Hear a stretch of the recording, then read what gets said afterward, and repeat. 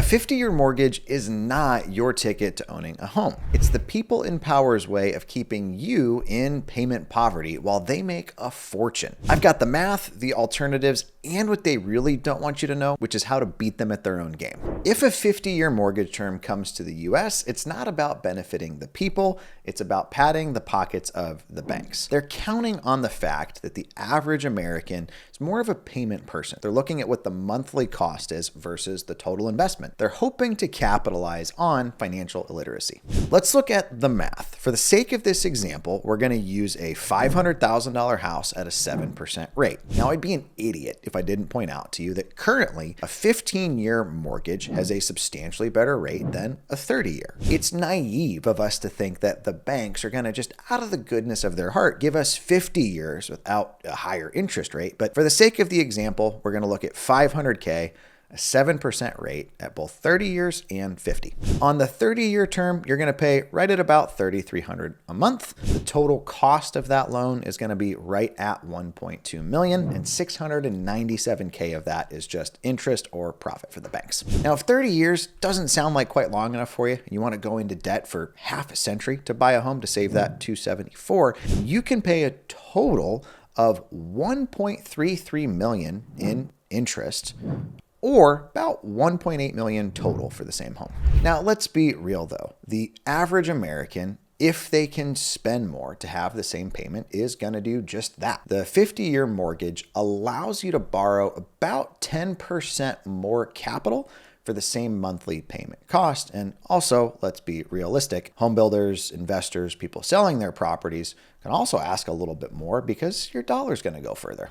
So if you wanted to keep the same mortgage payment as you would on 30 years, but just buy a nicer, better house because you're going to be there for half a century. I mean, I think you deserve the granite countertops and the hardwoods and the under cabinet lighting. You're going to pay a fortune for it. That would set you back $1.4 million in interest, or you'd pay a total almost $2 million for that $550K home.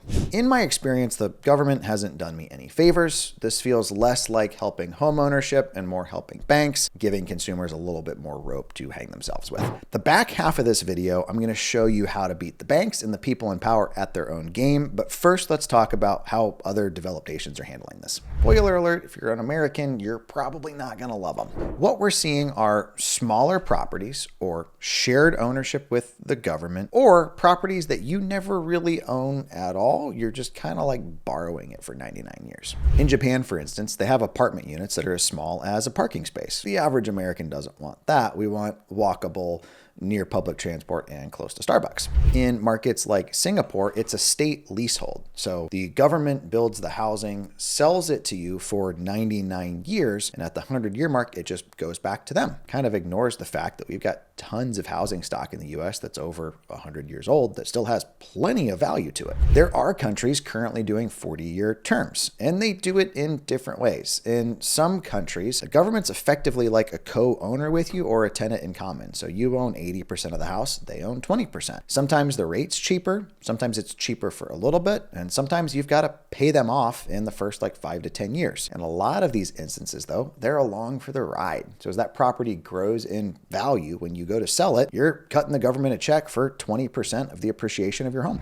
So what are realistic alternatives to make a house more affordable for you? One thing you could easily do is rent out a room. Back when I was 17 and first moved out, I rented a room for a buddy, and I'm pretty sure I paid like $500 a month. I don't know what the going rate is right now for a roommate, but I'm willing to bet it's more than the $275 you'd save, making yourself basically an indentured servant for 50 years. Another common non-conventional option is to look at house hacking. Instead of doing a roommate deal, you might buy a duplex, live in one side, and rent out the other. It can feel very similar to like owning a condo where you're only sharing a wall with one person, but you're going to benefit a whole heck of a lot more than $275 a month. Transparently, even in my own home, I have what's called an ADU. I have an attached space that's separate from the rest of my property that I can lease out to somebody to offset my housing costs. They've got their own entrance, their own kitchen and bath.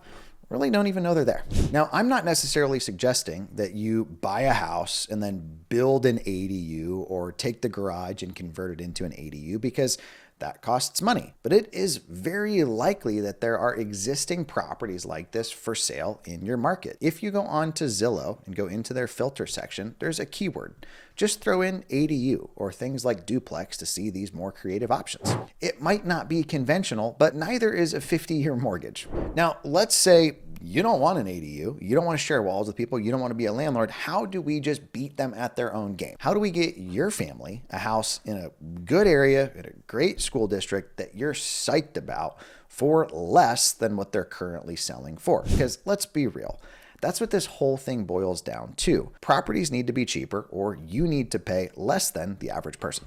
Now, real estate agents are psyched about 50-year mortgages because, hey, maybe you'll actually buy a house and you'll pay more for it. There's also the whole crowd that's like, hey, just sit on the sidelines, wait for the crash. I've been in real estate now for over a decade, flipped hundreds of houses. I used to own hundreds of rental units, which I have since sold tail for a different time. But the crash hasn't happened while I've been in real estate, so that's probably not the answer either. According to data from adadata.com, they're a national data aggregator, real estate investors up until 2025, so as recent as 2024, on average had a 48.8% margin between what they bought a home for and what they resold it for. Even in 2025, where everything is more expensive, they're still averaging 25% between what they buy a property for and what they resell it for. Now, that doesn't take into account their remodel costs, but if they can do that, you can do it for your family. This is a skill set that's not easily going to be replaced by AI. It's not sexy at all, but being in the trades, there is a ton of money and margin. Nobody's putting in a new kitchen for free. They're getting paid handsomely for the toll it takes on their body and the time it takes to do it. How we beat the current system is we buy that $500,000 house where you end up all into it for $400K. So right out the gate, from day one, you have $100,000 in equity, meaning you could turn around and sell that house to somebody else for more money if you decide you want to move, versus being stuck with it. Now, for my cynics, I know what you're thinking of, like, well, that's going to be a property that needs work or is not in a great area. Well, we can control the area. We can also pick what properties we choose to make offers on, and the remodel doesn't even have to come out of pocket. There are old conventional banking products like a 203K loan that will fund not only your purchase, but the remodel. That means you don't even have to do the work yourself. It's possible for you to hire somebody to do the stuff you don't want or can't do.